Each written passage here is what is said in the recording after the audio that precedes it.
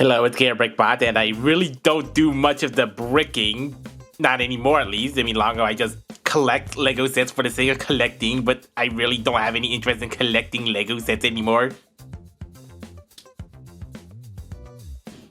Except if they cross over with the interesting brand, which of course is not Lego, but it's very close to Lego. Case in point, some hellokarbot block sets. Block sets of the popular Season 12 characters, Screw Bumba and Power Bumba, and only the second wave of hellokarbot block sets. And they're only the second wave of hellokarbot block sets following the first wave of hellokarbot block sets in 2021, which were the 5 Pentastorm X Carbots and the very first hellokarbot block sets ever in Korea. Yeah, China beat them a year earlier with bigger and full-size Season 1 Carbots. Yeah, so that's a bit of an oddity. Yeah, but an advantage these smaller block sets have is that they're more affordable and they can be transformed without taking them apart like Creo. Just taking a closer look at one of the packaging. This is a nice bright green background for Power Bumba. This is a Sonokong branded product, even though Choi Rock is the only brand on their main Carbot product toys. Looks like Sonokong still makes the side merchandise with an old-fashioned style Sonokong seal of authenticity. There's honestly not that much different on the back. It's just a bigger and differently arranged, the same rendered photos. It's not different poses or any more like take-apart photos or anything. I mean, there's the render of the original model character. Yeah, it looks like it's mostly made out of Lego, knockoff Lego, with a specialized head and ball cannon. Yeah, but otherwise they do look like just direct replicas of Lego parts. Yeah, this side of the box has the change transformation, as in, you know, the direct transformation without disassembly, and the other side has that same robot render but a slightly different angle car render. Size and color may vary. Bottom of the box advertises hellokarbot is now transforming blocks and that sort. And the top is, yeah, just that and the hanging peg. Quick unboxing.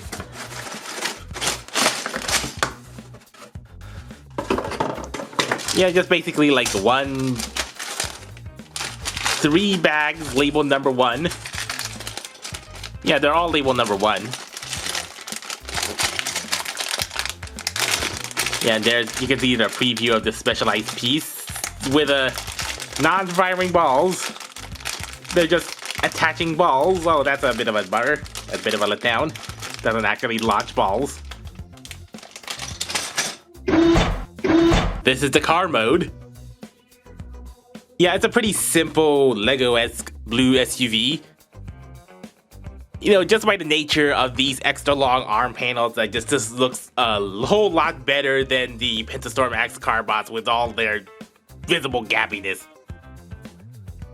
Yeah, just natural gappiness here. I mean, that's really minimal gappiness, so this is pretty fine. Yeah, just the feet are a bit obvious, and it's a tiny little cannon that acts as a turret. It's a pretty close likeness to the original toy, like in its as best as Lego blocks can replicate, especially with stickers, which I guess it really brings out those details there. I mean, they have the shaping. Of course, the bottom shaping is not exactly accurate. This could have had a higher slope. These could have been taller windows. And of course, the shade of blue is off. I mean, this is really nice dark blue, like a dark indigo-ish blue, but this is just plain Lego blue. Yeah, but this is a pretty good attempt to Lego-ize, blockify some sort of really intricately molded toy car robot. And of course, the cannon proportions are off. This is much smaller, but at least it acts as a turret. And it does scale pretty well with the deluxe cars, and especially this old Ace. And of course, I would like Carbots in deluxe scale, but those are an absolute rarity. So yeah, this little block set is the second best thing for this scale, which is a little bit too small for minifigs. Oh yeah, you can see the contrast of blue, like the real Lego blue looks darker and more accurate than this lightish off-brand Lego blue. for a janky transformation. Yeah, I guess pop that off and flip it up. There's a robot there. You can just simply split out the legs, watch the ball. You can split open the top, turn the back hood around and fold out the legs.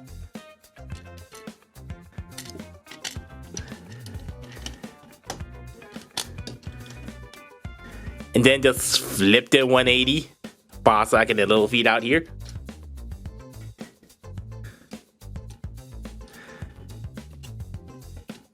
Yep, a Lego transformer that does not need any parts forming. And at such a small scale. Articulation, he has a full head, I guess a shoulder tolerance. The ball socket shoulders do give it a good upward and backward and outward, and gorilla arms with big panel arms, kind of, you know, do they have a biceps curlish, you know, as ball sockets provide, and good ball socket hips, and outward also a little rounded joint buckling, and the articulation at the knee, and also that double at the knee. And yep, I'm finally addressing this. These legs are terrible. Terrible connections. Because that's no building technique, just layering that ball socket right on there. And also, there's a good reason why these ball sockets for Lego isn't molded in any other colors, because especially metallic colors, I think that expands the plastic a little bit. So that just these things will pop off easily. Just pop off at a hair trigger. So annoying. I had no choice but to glue it. Hot glue it. Yeah, I guess just sandwiching some hot glue in there because it makes it pretty sturdy enough so that the thing doesn't go popping off. But at the same time, doesn't make it quite as permanent as just regular super glue. Hopefully, getting some heat in the perfect sandwich. Yeah, it's possible to take this apart just with extra force. Comparing the black Bumba with the power Bumba, the original big toy. Well, they tried their best to replicate it with the best they could. I mean, I guess it has the shoulders, although more on the torso rather than the actual shoulders. That much of the panel to be expected, but I guess the main significant departure is the legs, the leg construction. This is what just a straight over, flip over, upside down, but this one is just like an inverse of the legs, just like inverse, so that's unique, but not quite accurate. I guess the torso is fairly replicated, with the black shoulder things, that could pop out from as the shoulders, but there are already shoulders in the way of his torso, so they'll go for there. But and I guess the sticker here that kind of vaguely, just very vaguely recreates his chest. Just the shape, but not much of the contours or details in there. Yeah, just a little bits of gold. A little bits of the gold here and there. And the head, that is a specialized head with the darker gold. And the antenna more in this position rather than the all the way forward or all the way back. This is like the permanent, so. And of course, a much more bulkier backpack than this backpack, which perfectly lends out to his torso because the sided bulk went to his arms, which of course is not on this one. And of course, a much more lightweight cannon on Power Bumba than this thing. Otherwise, it's a passable recreation attempt with Lego bricks. This is not the most accurate Power Bumba. I mean, just only the colors and the specialized head and cannon are really selling it. Yeah, but it's the only deluxe-sized Carbot Power Bumba. Yeah, so this is what I have to do if I want to just to have this more in scale, although blockified and aesthetically different. Besides the specialized pieces, some of the notable recolors that Lego hasn't or will never make, of course, are the mixed ball socket joints and system. Like with the ball and socket blue limbs, and the red sockets and blue sockets, and these golden ones. And if you can see already, I think that's already kind of rubbing off. That's already frictioning off really significantly. Hey, compare that with actual Lego, I think they don't really friction off. Their plastic shouldn't be rubbing off like that. Lego is gonna be really insistent they're just color locking these. I guess gray and gray is just the most strongest type of plastic is, just so that it doesn't keep wearing out. While, you know, when other block companies don't adhere to that and just focus on the style, just pick it out in their own colors. Looks neat, but man, I could have it's not the best quality there, so trade-off. Yeah, but I guess they look good enough. And of course, besides the metallic gold sockets, and there's also the metallic gold like plate with the technical and the blue friction pin, just to color match that. And also, most notably, like the inner torso has these round plates with the ball, which are really old vintage Lego pieces from the 80s or like maybe 70s when they had the pre-minifigure buildable figures. Those were the hands.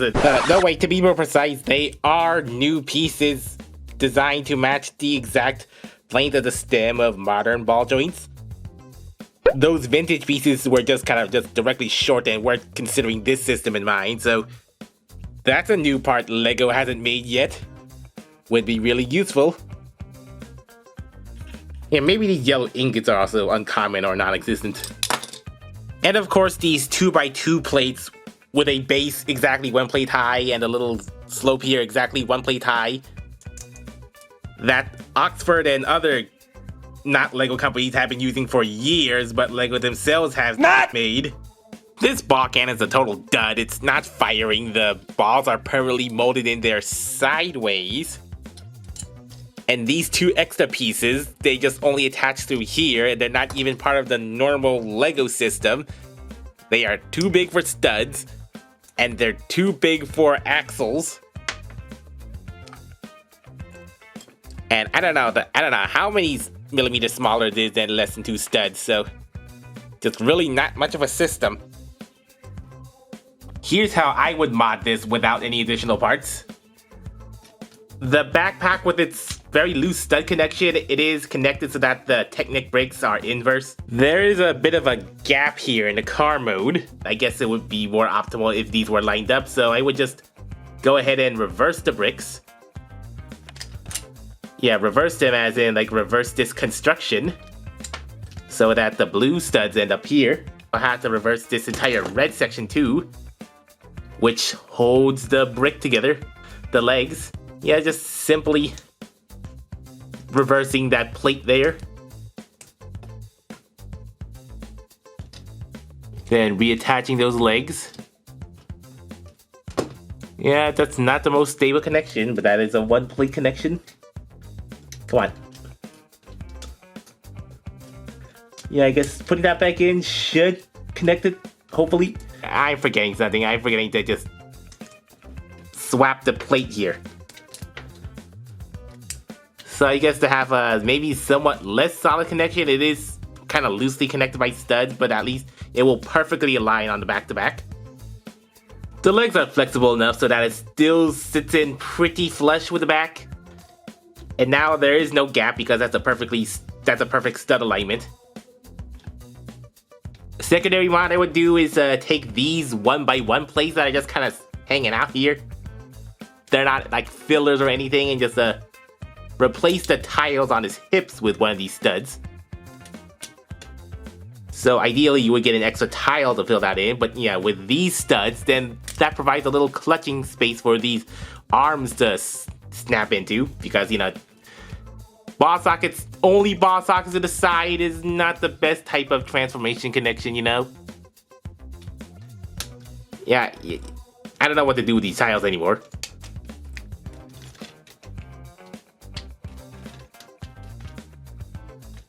Yeah, line up the tiles and then use those rounded ball sockets to kind of line it in place. Yeah, at least those are 2 connection points secured. Maybe that's not perfectly straight, but that's pretty straight enough.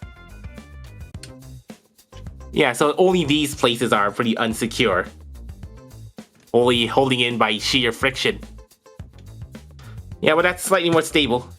Relatively stabler.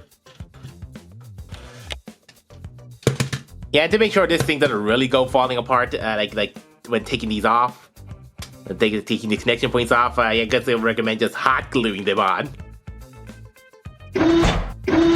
Now we have block screw Bumba all built and stickered up. It's a fairly good enough a depiction of a red SUV. Though that is awfully gappy back there. Okay, I guess it's maybe this thing is a little too long, or those hands.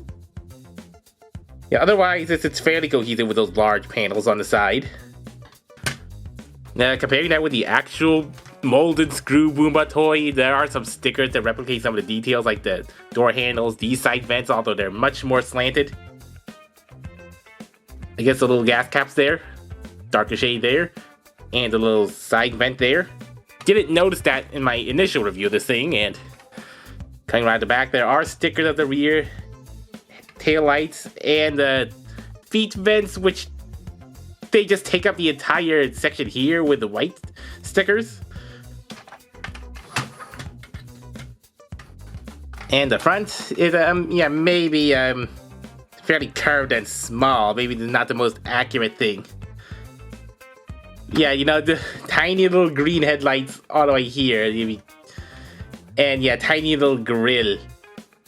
Yeah, probably would have liked it if the grill was actually, if this was just expanded about a bit. And that's a bit too sloped. Too much of a sloping when this thing was just very much a very square type of front. Yeah, so not the most accurate. And especially with this very short front hood when, this thing should be a bit longer, but that's the best you could come up with in a Lego block form. Also, the weapon is in two very different shades of gold and light green instead of the yellow and green. The intuitive no rebuilding transformation, except for this middle section right here. That is the only part that really parts forms, which might be okay in some areas if there's like one big chunk that has to be parts formed, if there really is no other better way to have it move around with tiny little hinges in such a limited size. Yeah, but very simple, just fold those legs out, split it out.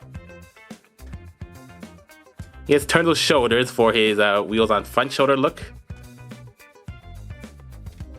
Make sure to give that enough clearance to flip his style of having that car hood right back there, and reattach the entire kibble area to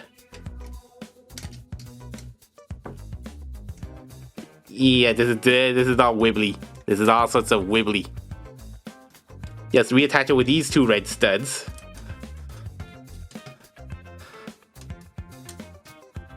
And there's Block Screw Bumba's robot mode, just barely keeping it together.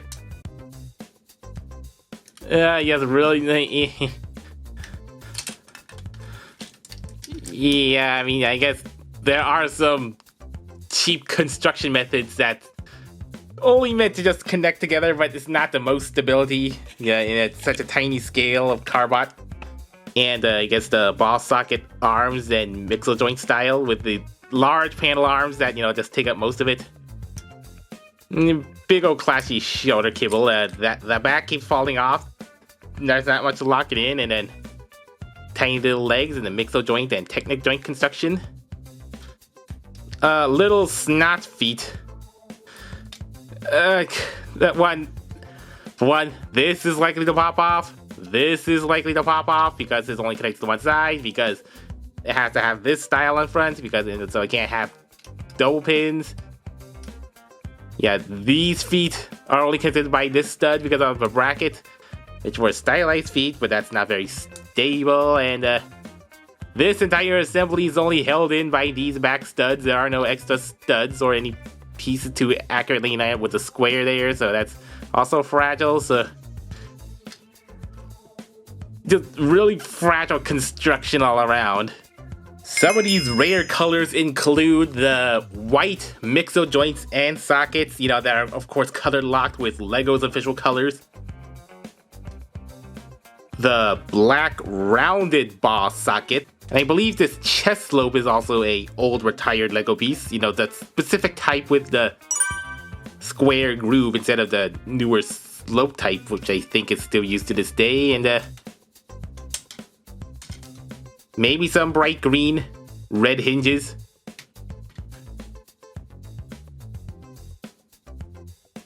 Yeah, but especially of note are these very old style, like, finger hinges.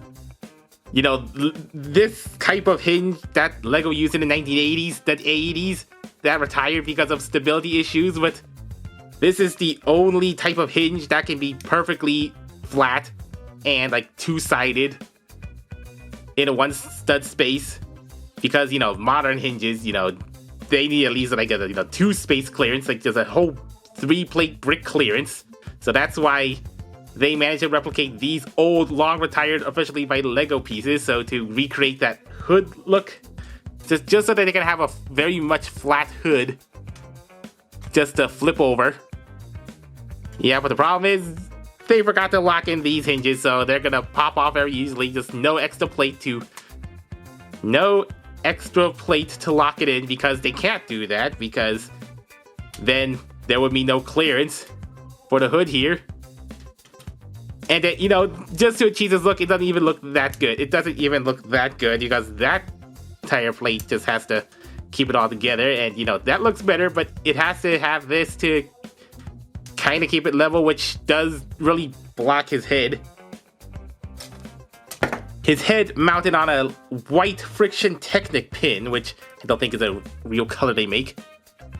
And even then, it's not intentionally meant to fit in a friction peg because there's no, like, groove in there. This is a unique head, a very unique head. Still has his engine block there. Soft rubber. Hot take. With LEGO Transformer bots, I think a specialized head is the best thing to do, or a printed minifigure head, because it's really hard to make accurate heads, you know, the heads that define the character the most. Yeah, unless you're going for, like, generic mecha, then I think it really needs its own specialized head to really define it, while the rest of it is all blocks. And then compare the likeness to the original actual Screw Bumba toy, and then, yeah, that's just the best they could do, they could think of with a simplified transformation. Yeah, but even this hinge, you know, this hinge just to have the hood move instead of this upper torso move, I mean, that's, you know, this was interesting, just have it folded down like this, but I guess it was just too complicated for this tiny scale, so not quite accurate. And, you know, as such, compromise with the head all the way sunken in there, just could have it all the way up here, like all the way up here at least. And then, of course, this thing doesn't have a ball launching function in the middle. The shoulders wheels, I guess the best thing can do, just kind of rotate it around, you know, instead of not like that. And at least the lower leg construction is somewhat accurate to the style of these legs. And half panelly arms. Oh yeah, this is kind of accurate actually, but a bit long. And hey, at least this one has a launching function. Unlike the just for show Screw Bumba's block cannon. Articulation, full friction head. Shoulder cable moves, the ball socketed shoulders that are the lower mount instead of the upper mount because of the shoulder cable, which can rotate a bit around. Nice ball socket all around. It gets the elbow there with the bicep swivel, although, you know, a bit of a gorilla bed, you know, with only this little clip hand. Ball socket forward that much because of this brick, and then out that much, spread that much. A little upper thanks to the rotating joints. There goes the leg. Thigh swivel, block, knee swivel, hinge, friction hinge, knee swivel, and nothing at the foot. Mix of joints. Yeah, but just a right straight up fan mod you can do is just rotate this around so you can get a good full waist. Frankly, I don't know why they had it cover his hips. That's not even quite that accurate to the silver crotch area.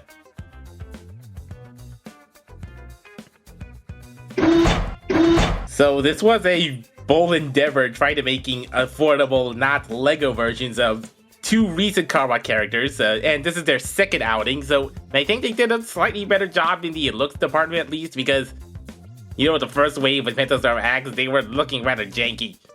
I guess the plastic is good enough, close to LEGO quality, I guess sourced from good Vietnamese plastic. Instead of, more of a Chinese block set, which may have that stereotype of being kind of cheap. Yeah, but this construction would never fly with official LEGO sets because of the, I guess, ball sockets, illegal colors, old tire pieces, and especially the construction. More than anything else, it's the construction because they just built it was just to get a good end result without really thinking of any stability or just like its longevity. I mean, yeah, I guess, yeah, the no secure locking techniques to just really make this, to make sure this thing doesn't keep falling apart as you transform them back into molds. Very ambitious. I guess maybe that's why there's some certain LEGO sets, they have to be really large if you want to get like a full transforming experience. Or on tiny things, you may have to just, fiddle with all this, and or you may have to actually glue them, or at least hot glue them together so that they don't keep falling apart. Because, yeah, if you're not gonna go for the most stable build, and that's making it bigger or clunkier, you're just gonna end up with this. It's cheap. This is pretty $10 cheap, I guess, so it's commendable what you can do with that budget, but I don't know if a higher budget could have saved this thing because yeah, this thing is just falling apart. These things would very likely fail LEGO's rigorous drop tests. I guess there's a certain craft to making official LEGO sets, just right to make sure that those official LEGO sets are just make sure they stay together. Once again, Power Bumba is the better of the duo because of his slightly more stable and less cluttered brick construction, and a more cohesive vehicle mode than Screw Bumba. And the simple concept of just keeping all these parts flush together and extra long panels to cover most of the gappiness just really do make them a visual improvement from the previous Block Pentastorm X team. I mean, those things were really gappy. You could see all the ball jointed hinges just trying to keep it together to form some sort of car. Really, the main reason I got these not LEGO block sets is because their scale is perfectly sized with the more deluxe cars. Even though they're stylistically different, I don't know if you're going to be that normally pedantic about having small hellokarbot. But as always, the neat thing about LEGO and compatible blocks is that you can rebuild it or customize it to which way you fancy, so I may do some modding to make especially Screw Bumba more accurate to his original toy, and just kind of make it a bit more stable. Yeah, but for it to be the most stable, you have to use hot glue. But these two are not the only Korean hellokarbot block sets. There's also a Hypercuff Combiner, which I may review and build on a live stream, because this is a bigger set. And the thing I was actually looking most forward to, a constant setting, because you have all these robots, but sometimes you just want to have a good playset setting. See you next time for this one.